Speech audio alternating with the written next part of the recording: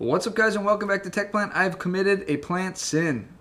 I stuck an icicle in an orchid. People are upset. Now, recently I did release a short where I showed myself going outside, grabbing an icicle and sticking it in an orchid. I was trying to parody the whole feeding your orchids ice cubes, or that being the watering technique. And again, like I said, some people didn't see that I was joking, but it got me thinking. So, we're going to put it to the test. Will it really hurt your orchid if you try and water with an ice cube? Going into this, I honestly had no idea what the effects would be, and that's why this was so fun and so exciting. I love when people sort of call out these ideas in the comments because it really invigorates me to put this stuff to the test and get to the bottom of this. There's been information floating around. I even did some research on other YouTube channels saying you should never do this or saying it's not that big of a deal, but I didn't really see many people testing it, so we did. Alright, as you can see, I'm not messing around with this experiment. We got both the oven probes. Do not tell my wife. She probably would not appreciate me sticking the oven probes in my orchid here, but we are doing science. So I do have one single ice cube here. We're going to start with this because the pot is pretty small. I know some tests they use a lot more and whatnot, but we'll get to that a little bit later. The starting temp of this actual plant is going to be about 71 Fahrenheit. I did try and measure the actual temperature of the ice cube, but it was too hard to actually get a good reading while my hands are melting it basically and touching it. So I gave up on that quite quickly and just put it on the plant and put the probes in. So it did take a little while for the probes to come back up to the normal temp after touching the actual ice cube. About 5 minutes had passed and I'm looking at just checking the temperatures just to see what happened. Again, this is the first time I've ever done this, so I'm really just checking the temperature a lot and really often. You will notice that both thermometers are off by 2 degrees. They are not in sync, and that's pretty expected from just cheap thermometers. So this is about as close as we can get. You'll notice though when I do move the thermometer really close to the ice cube, and we're talking sub half an inch away, the temperature does start to drop. But the one that's about an inch away, maybe a full inch and a half, doesn't seem to really budge at all. I did check again at around 10:24 just to see as time progresses. Again, that would put us at about 14 minutes from our start time. You can see the inch and a half away from the ice cube, there is 0 changes to the full temperature of the actual pot. And then when I move the little secondary probe around, I do bump the ice cube so it drops quickly, but you can see it rises up pretty quick. Again, even within a half an inch of that ice cube, I think we are only about 7 or 8 degrees difference, and that is a very close proximity, and so the rest of the pot is still really warm. Checking it again at almost 10:30, I did notice that sometimes if I move enough, I can cause a wind to sort of blow the cooler air down deeper in the pot, and I could see a slight fluctuation, but again, once that breeze stops, it pretty much comes back up to normal. And again, we're talking sub half an inch. It's very close. You can't tell quite clearly because of how the probe is going into the soil, but again, it is only about a half an inch away, if not less. I let another minute pass, putting us pretty much at exactly 10:30, and that's when I started to move the probe around a little bit. I wanted to see if the entire surface was actually changing temperature around the ice cube and not so much the depth. And as I probed around, really I couldn't find anything cooler. If anything, the temperature would rise anytime I got it further away from the ice cube. So it was a very localized effect. You will notice that the further down probe is starting to get a little cooler. So I think we're at 69 and I believe we started at 71. But as time progresses, you will notice that the overall ambient temperature is what's bringing down the entire orchid. So where I'm filming this is actually a little cooler than where the orchid grows. And right at the end there, you will see I put the probe up a little higher. Again, we were at that half inch mark, and we're looking at 62 degrees, which is not dangerous at all. I mean, that is still pretty darn warm, and I have 0 fear of any damage. Now I'm starting to get a little more consistent with leaving a whole 10 minutes go by, and it is 10:40, and I believe that is a half an hour since start. I'm actually shocked that the ice cube is still there and the size it is. I really expected this thing to melt rather quickly, and I was not getting bored, but I was like, all right, this is taking a lot longer than I expected to carry out this experiment. I thought this would be a lot quicker. It would melt in through there, the cooler water would lower the temperatures, and it would just, again, I had a lot of expectations for this, and they were being blown away every second of this video. You can still see the temperatures are just very minimal and where they're dropped. It is not much at all, and I'm hinting at further on in the video, but I don't want you to get confused as we go. There is an ambient temperature that is causing an overall droppage, but again, when you get anywhere near that ice cube, you don't really see much change until you get that sub half inch. So it is really isolated. This material is very insulating. Now we are at 10:50, and I really wish I started this whole thing at 10 o'clock so I didn't have that 10-minute offset, but it has been about 40 minutes, and you can see the ice cube is still there. I mean, it's only halfway gone. I'm again, shocked at the time it's taking for this ice cube to actually melt, and that plays a huge role in why we're not seeing a crazy temperature change, because there's just not a lot of thermal exchange taking place. This stuff is insanely insulating, this bark, and so it's almost hilarious how it has such little effect. Even when I rearrange these probes and I get that more fancier one really close, it does drop down to 48, and we even see a low of 44 degrees, which is pretty chilly. But if you look really closely, that probe is not even a quarter inch away from the ice cube, so of course it's going to be so cold. A quarter inch is literally nothing. But when you look just like a half an inch to an inch away with the other probe, you can see the temperature jumps right back up to close to that ambient temperature. So again, not a dangerous change at all. Only about 4 minutes had gone by, but I wanted to give it a little more time to hit like an equilibrium or just like let it settle down, because again, the thermometers can slowly creep, and I just want to see, is it going to keep creeping down? And again, a quarter inch away. We're talking a quarter inch here, and we're still only at 44 degrees, so we're well above freezing, and that's crazy. And then you look at the other probe that's only an inch away from there, so about an inch and a quarter, and we're talking about almost no change at all. I mean, 63 degrees, 64, 65, somewhere around there.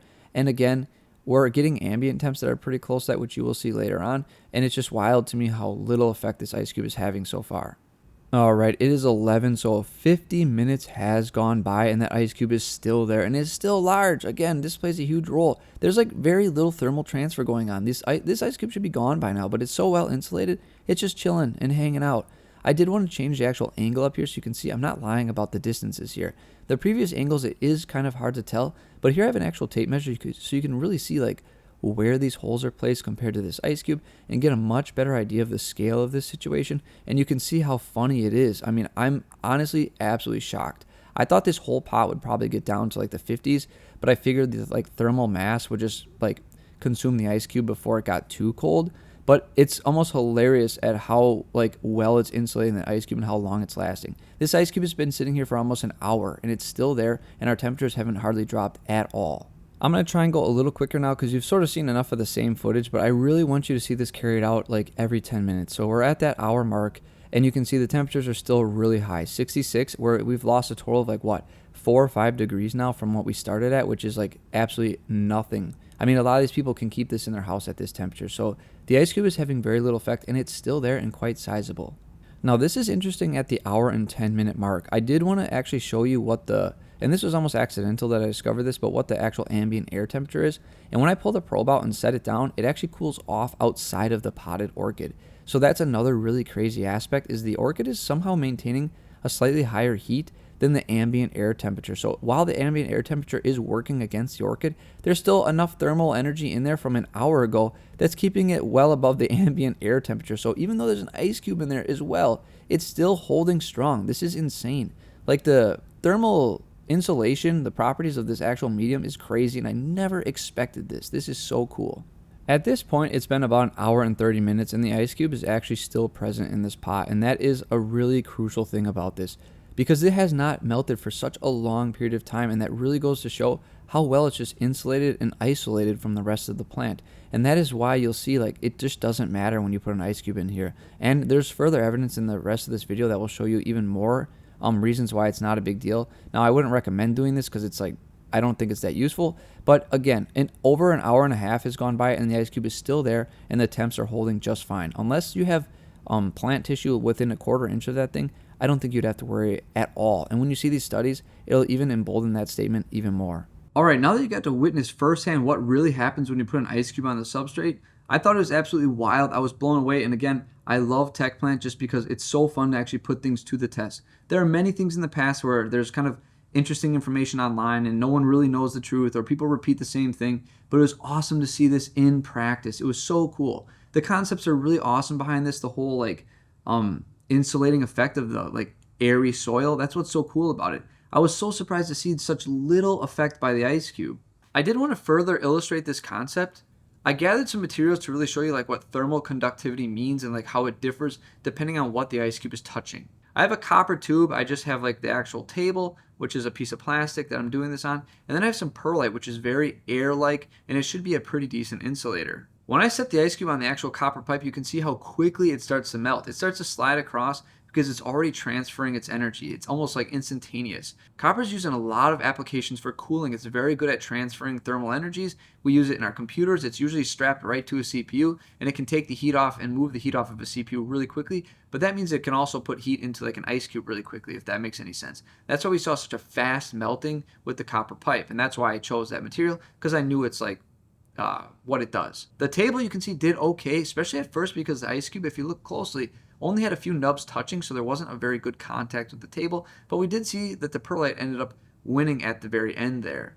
It was sort of a close race for a little while, and I wasn't sure what was going to happen. But again, we can see how insulation affects these ice cubes and how slow they actually melt. The one that was on perlite outlasted everything else by quite a lot. Now, I do want to talk a little bit about why I think this whole ice cube thing exists. I think it's mostly for people who are more casual houseplant collectors, or people who just get an orchid as a gift or something and they're not quite sure what the heck to do with it. I think a lot of those people let that thing dry out a little too much, so you get this medium that's almost hydrophobic at this point. And so if you dump some water on there, it's going to shoot through that soil so fast, hit the bottom of the pot, and just sit down there, and you won't really get that water into the actual like potted plant, because a lot of those have a cache pot, and you can hold quite a bit of water before it actually hits the medium. So I think that's the whole idea behind it, is it just slowly melts and slowly saturates the actual medium. I didn't do any exact testing on how well it saturates. That could be another video. If you guys really find this interesting, maybe I'll do some saturation tests and see kind of what that does, and maybe even test more than one ice cube, right? Because maybe more have a bigger thermal capacity and it might be able to do more damage. So I think that's kind of the idea behind the whole ice cube thing. I think it just allows people to rehydrate their medium and sort of not overwater the orchid. Once I made this video though, I did do some additional research, and it turns out this has been tested by like more formal, I don't know if they were universities or what, but there's been actual experiments carried out. And what was really interesting to me is they also put the ice cube directly on the roots. I can already tell someone's already typed something in the comments talking about how the ice cube is not directly on the plant. And with this whole paper, which I'll link, is pretty interesting. They did a lot of tests on the roots in direct contact, and it had almost no effect at all. So that was pretty interesting to see. It does affect the leaves quite a bit. If you put that directly on the leaf, you will have some issues. But the way the roots are designed, they have quite a good ability to insulate themselves and not take too much damage. I think it made a slight effect, but it did not harm it in the sense that it could still photosynthesize and operate. You can read the paper for yourself if you don't take my word for it, but it was super interesting to see. And at the end of the day, they did do a long-term thing where they use ice cubes and just regular water, and they found there was almost no difference as far as like how long the blooms last and how the plants looked. So again, really interesting to see other people have already done this, and it was fun to do it myself and just witness it firsthand. I hope you guys like this. If there's any other like myths that you can think of, or not necessarily myths, but I don't even know what you would call this, because it's not really a myth, but just weird information that goes around there, leave it in the comments and I'll try and put it to the test. I have another interesting video coming out where I made some personal discoveries as well, and I love doing these tests. Like, this kind of stuff energizes me. It's so cool, and I hope you guys enjoyed this. Well, that pretty much does it, guys. May your plants grow strong and healthy. Keep experimenting. I'll see you next time.